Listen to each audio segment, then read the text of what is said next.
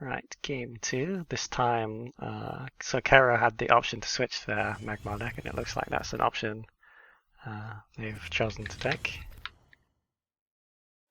Yeah, this deck might do a bit better because, if you are playing two slow decks against one another, often going just a little bit slower than your opponent can be a good strategy, both in Duelyst and in many other card games. Yeah, I don't necessarily know if they have the better late game deck, because Jay's sort of always got this looming specter of, like, oh, did they finally draw like the combo hand? I think the combo hand requires a little bit more than 9 mana, so I think you need like a setup turn to get the cheap keeper. If you have the perfect 5 cards, then you can do it out of hand, but that's not. I just Twin Fang in general, and not the infinite combo, is more of a threat. Magmar can have difficulty clearing artifacts, so Twin Fang is definitely very good, but Cairill having 2 Elders, 2 Archon, that kind of stuff, that's a lot for Jay's deck to deal with. Yeah, and they're only running one Rascruller, but they've drawn it, so that'll deal with the early Twin Fang. I'm sure they're going to hold on to that all game. It's pretty nice tempo Zenrui. Yeah. This is the counterpart to Zenrui. Yeah. Zenrui can also be really nice for stealing back your Vindicators, because if you get a Vindicator Stone, that's a really big deal.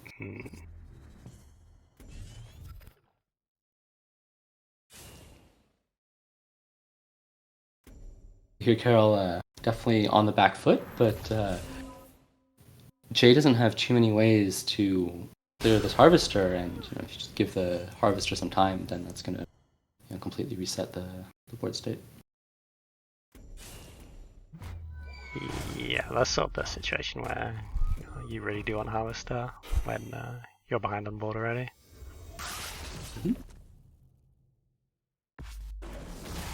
Just Jay pushing face damage, saying that Cairill's deck is slow and clunky, and the way that he's going to win is by just getting that tempo advantage. I'm telling you, man, this needs to be an option for default. I'm so bad at doing it. It's like every time I'm thinking, oh, they're playing fast. Oh, no. Oh, so Jay's had back-to-back Mercantos. That's a pretty good reason to go aggressive, I think. Yeah, often when someone starts playing a certain way, you can, of course, infer stuff about their hand, and if you just get Mercanted in the face, then maybe they have a second Mercanter or more damage. Also, playing the Mogwai here makes me think that Jay's hand, maybe there's a Twin Fang in there, or that he was rather drawing to a Twin Fang and seeing the combos in sight and started to push some damage that way.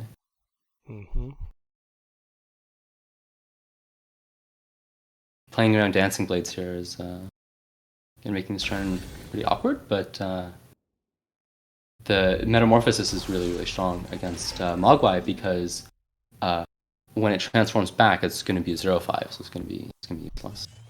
Yeah, I hadn't thought about that.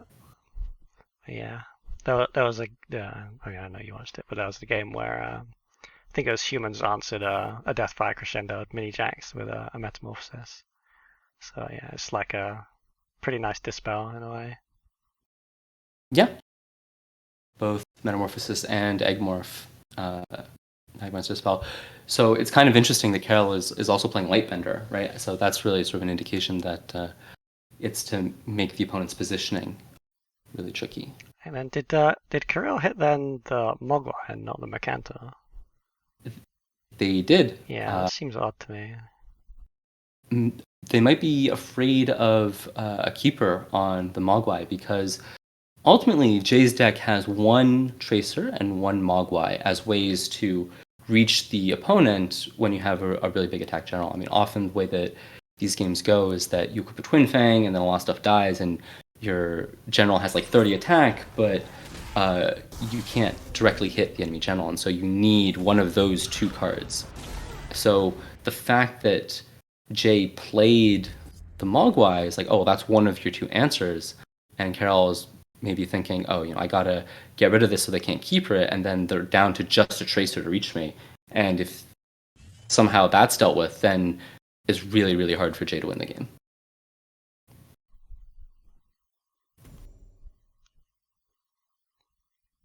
Yep, that's definitely true. I'm just holding my breath here. It sort of feels quite tense.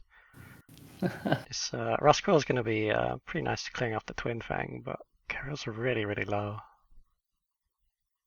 Yeah, it can be scary. I mean, Jay's deck can do a ton of damage out of hand. Cairill had a choice to Dancing Blades the Kujata. I think that they probably chose to just punch it and play these minions because if Jay goes and plays the third Mecanter, it's going to be a 4-3, and then they really want the Dancing Blades to clear that Mecanter. Mm. Yeah, no, this feels good to me. It was like good use of their mana. Mm-hmm. He could have done like the Dancing Blades with the Vindicator or something, but that doesn't deal with the Twin Fang unless you charge them both in, which is a bit wasteful.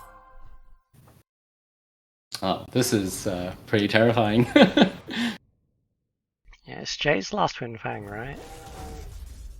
I think it might be their second, but yeah. So this is a common thing where you ping yourself with the blood tier that gives you an extra damage. In this case, that was the difference between. Just enough, yeah. We see that now again, so there we go. The master showing us how to do it. Yeah, Jay made a sick deck, played it really well. Kudos to Cairill for two really cool decks too.